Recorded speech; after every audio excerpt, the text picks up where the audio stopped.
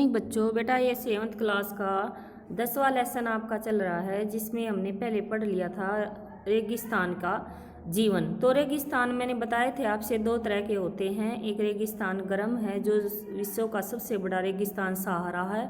दूसरा आज हम पढ़ रहे हैं बेटा ठंडे रेगिस्तान के बारे में। ठंडा जो रेगिस्तान है वो है हमारा लद्दाख है। तो जैसे जो लद्दाख है बेटा, ये दो शब्दों से मिलकर बना हुआ है, ला और दाख। तो ला का अर्थ होता है पर्वतीय दर्रा और दाख का अर्थ होता है देश। तो दो शब्दों से यानी ये मिलकर बना हुआ है। अब जो लद्दाख है, अगर आप इंडिया के मैप में देखेंगे तो बेटा जम्मू और कश्मीर का जो पूर्व में बाहरी हिमालय का बाहरी हिस्सा है, वहाँ पर लद्दाख है, जो कि एक बहुत ठंडा रेगिस्तान है। और जो इसका उत्तर है, इसमें कराकोरम की जो पर्वत श्रेणियाँ हैं यानी पर्वत हैं, और दक्षिण में जास्कर पर्वत है। ये याद रखने बेटा, एक एक नंबर के क्वेश्चन होता है कि आपसे मैप में ही भरना आता। अगर आप अपनी बुक्स में मैप देखेंगे तो जो जम्मू कश्मीर है, जम्मू कश्मीर के बिल्कुल बाहरी से पूर्वी भाग में आप देखेंगे कि जो बाहर का हिस्सा है ये लद्दाख है सारा, जो कि ठंडा रेगिस्तान है लद्दाख पूर्व में। और इसके उत्तर में कराकोरम पर्वत श्रेणी है, दक्षिण में जास्कर है। और जो लद्दाख है बेटा, इसमें से अनेक नदियां होकर बहती है, लेकिन जो सिंधु नदी है वो प्रमुख नदी है। और ये जो नदियां, अनेक नदियां वहाँ से होकर बहती है, ये घाटियों का और गाजों का निर्माण करती हैं। और लद्दाख में अनेक हिमानियाँ भी हैं। लद्दाख की सबसे महत्वपूर्ण हिमानी अगर आपसे पूछी जाए तो गैगरी हिमानी है बेटा, ये भी आपने याद रखना, गैगरी हिमानी। जो मैं आपको टॉपिक दोबारा बोलती हूँ, ये आपके असाइनमेंट के क्वेश्चन हैं, इनको याद रखना। जैसे मैंने एक क्वेश्चन ये बोला कि जो लद्दाख है वो विश्व का सबसे ठंडा रेगिस्तान है, और लद्दाख दो शब्दों से मिलकर बना है। एक क्वेश्चन ये हो गया ला और दाख। ला का अर्थ होता है पर्वतीय दर्रा और दाख का अर्थ होता है देश। इंडिया के मैप में पूछा जाए तो लद्दाख जम्मू कश्मीर के पूर्वी हिस्से में स्थित है, और इसके उत्तर में भी पूछी जा सकती है कौन सी पर्वत श्रेणी है, तो कराकोरम है, और दक्षिण में जास्कर है। और जो लद्दाख से जो वैसे तो अनेक नदियां बहती हैं बेटा, लेकिन जो प्रमुख नदी है वो है सिंधु नदी।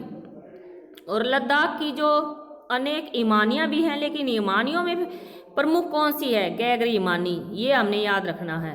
लद्दाख की ऊंचाई कारगिल में लगभग बेटा 3000 मीटर से लेकर कराकोरम में 8000 मीटर से भी अधिक पाई जाती है। और अधिक ऊंचाई के कारण, यानी जो ये ऊंचाई 3000 से 8000 है बेटा, इसी के कारण वहाँ की जलवायु शीतल भी है और शुष्क भी है। और इस ऊंचाई पर वायु परत पतली होती है, जिससे सूर्य की गर्मी अधिक तीव्र महसूस होती है। इसलिए ग्रीष्म ऋतु में वहाँ का तापमान, दिन में तापमान 0 डिग्री सेल्सियस से कुछ अधिक होता है, और रात का तापमान 0 से -30 डिग्री सेल्सियस से भी नीचे चला जाता है। ये पॉइंट बेटा आपने याद रखने कि दिन में कितना हो जाता है और रात में कितना। और शीत ऋतु में, ये ग्रीष्म ऋतु की बात थी बेटा, शीत ऋतु में बर्फीला हो जाता है और तापमान हर समय -40 डिग्री सेल्सियस से नीचे रहता है। और जो क्षेत्र हिमालय की वृष्टि छाया क्षेत्र है, यानी जहाँ पर ऊंचा हिमालय होने के कारण जिस पर छाया पड़ जाती है, वहाँ वर्षा बहुत ही कम होती है। और वर्षा कम होने के कारण बेटा वहाँ जो वनस्पति है, तो वर्षा बिल्कुल ये भी याद रखना है, लद्दाख में वर्षा तो 10 सेंटीमीटर प्रति वर्ष है बेटा, बिल्कुल ना के बराबर। और यह क्षेत्र बर्फीली हवा और तेज जलाने वाली सूर्य ताप का भी अनुभव कराती है। और वहाँ पर अधिक वर्षा होने के कारण, अधिक बर्फीली हवाएं चलने के कारण, तेज जलाने वाली लू चलने के कारण बेटा अगर वहाँ पर बैठें तो ये लगता है कि जो अगर हमारा छाया में, एक पैर छाया में रह जाता है, बाकी हिस्सा हमारा धूप में रह जाता है, तो हमारा शरीर तुषार उपघात यानी एक बीमारी है, जिससे कहते कई बार हम ये भी कह देते हैं कि धूप छाँव में आने से शरीर में डिफेक्ट हो गया, यानी इस तरह की बीमारी हो जाती है। वहाँ की धूप और छाया में इतना ज़्यादा अंतर है। फिर है वनस्पति एवं प्राणी जात, यानी ये पढ़ेंगे कि लद्दाख में जो लोग रहते हैं, या लद्दाख में जलवायु जब ऐसी है और वहाँ पर वर्षा भी बिल्कुल ना के बराबर है, तो वहाँ की वनस्पति कैसी होगी, और वहाँ पर कौन कौन से जानवर पाए जाते हैं, ये जानना है बेटा हमने। तो ऊंचे शुष्कता के कारण बेटा वनस्पति बिल्कुल ना के बराबर है। यहाँ जानवरों के चरने के लिए जो घास है छोटी छोटी घास है और छोटी छोटी झाड़ियाँ हैं। और जो पेड़ वहाँ पर पाए जाते हैं शरबत, पॉपुलर आदि के बाग बगीचे हैं। और ग्रीष्म ऋतु में वहाँ पे सेब, खुबानी, अखरोट जैसे पेड़ होते हैं। और जो पक्षियों की बात यानी प्राणी जात की जाए तो लद्दाख में पक्षियों की विभिन्न प्रजातियां हैं। उनमें से जो मुख्य पक्षी हैं वो है रोबिन, रेड स्टार्ट, तिब्बती स्नोकॉक, रेवन, इस तरह के सामान्य पक्षी हैं। और इनमें से जो बताए हैं इनमें से कुछ यानी प्रवासी यानी विदेशी पक्षी भी हैं बेटा। लद्दाख में अगर पशुओं की बात की जाए तो बकरी, जंगली भेड़, याक, इस प्रकार कुत्ते, इस प्रकार के बेटा जानवर पाए जाते हैं यानी पशु पाए जाते हैं। और इन पशुओं से वे लोग दूध, मांस, खाल वगैरह प्राप्त करते हैं। दूध के लिए याक प्रमुख है बेटा। याक के दूध से फिर वे पनीर, मक्खन वगैरह बनाते हैं। और जो लोग भेड़ बकरी पालते हैं वो उनसे ऊन प्राप्त करते हैं। अब वहाँ के लोगों के बारे में बेटा कि लोग लद्दाख में जो लोग हैं वे किस तरह अपना जीवन व्यतीत करते हैं। तो लद्दाख तिब्बत एवं मध्य एशिया के निवासियों के बीच कोई यानी समानताएं भी हैं। यहाँ के अधिकांश लोग मुसलमान या बौद्ध हैं।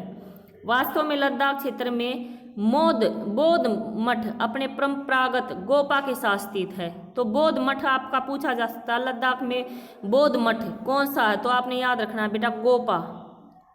और कुछ इनसे कुछ और भी मठ हैं जैसे हेमिस, थिक्से, से एवं लामायूरू, यानी गोपा के अतिरिक्त ये मठ भी बेटा वहाँ पर फेमस है यानी प्रमुख हैं। और जो वहाँ के लोग हैं अगर खेती की बात की जाए तो जो आलू, मटर, सेम, सलजम ऐसी इस तरह की खेती उगाते हैं। शीत ऋतु में जलवायु इतनी कष्टदायी हो जाती है कि धार्मिक अनुष्ठानों या उत्सवों में लोग यानी अपना जो ये मठ बताए हैं इनमें अपना समय बिताते हैं। और यहाँ महिलाएं अत्यधिक परिश्रमी यानी मेहनती हैं। केवल घर के काम ही नहीं, घर और खेत के काम नहीं करती बल्कि छोटे मोटे व्यवसाय यानी छोटी मोटी दुकानें करके भी अपना गुजारा करती हैं। असाइनमेंट का क्वेश्चन बेटा ये भी है जो मैं बोलने जा रही हूँ। लद्दाख की राजधानी लेह है और सड़क एवं वायु द्वारा भली भांति जुड़ी हुई है। राष्ट्रीय राजमार्ग लेह को जोड़जिला दर्रे से जोड़ते हुए कश्मीरी घाटी से जोड़ता है। ये बात भी आपने याद रखनी है। अब इसमें ये दे रखा है बेटा कि यहाँ लद्दाख इतना यानी घाटियाँ हैं, गार्ज वगैरह पाए जाते हैं, छोटी छोटी घास पाई जाती है। और क्या नाम है गोपा, थिक्से, थेम्स, हेमस, ये इस तरह के मठ हैं। तो इनको देखने के लिए मतलब वहाँ पर पर्यटन भी आते हैं। और लेकिन पर्यटन भी आते हैं और आधुनिकीकरण का समय यानी पहले में और अब में वहाँ के जीवन में भी वहाँ के लोगों में जिस तरह हमने सहारा रेगिस्तान के बारे में पढ़ा था इसी तरह लद्दाख रेगिस्तान के लोगों के जीवन में भी बेटा परिवर्तन आ चुका है। जैसा जीवन वो पहले जीते थे उसमें बहुत ज़्यादा अंतर आ चुका है।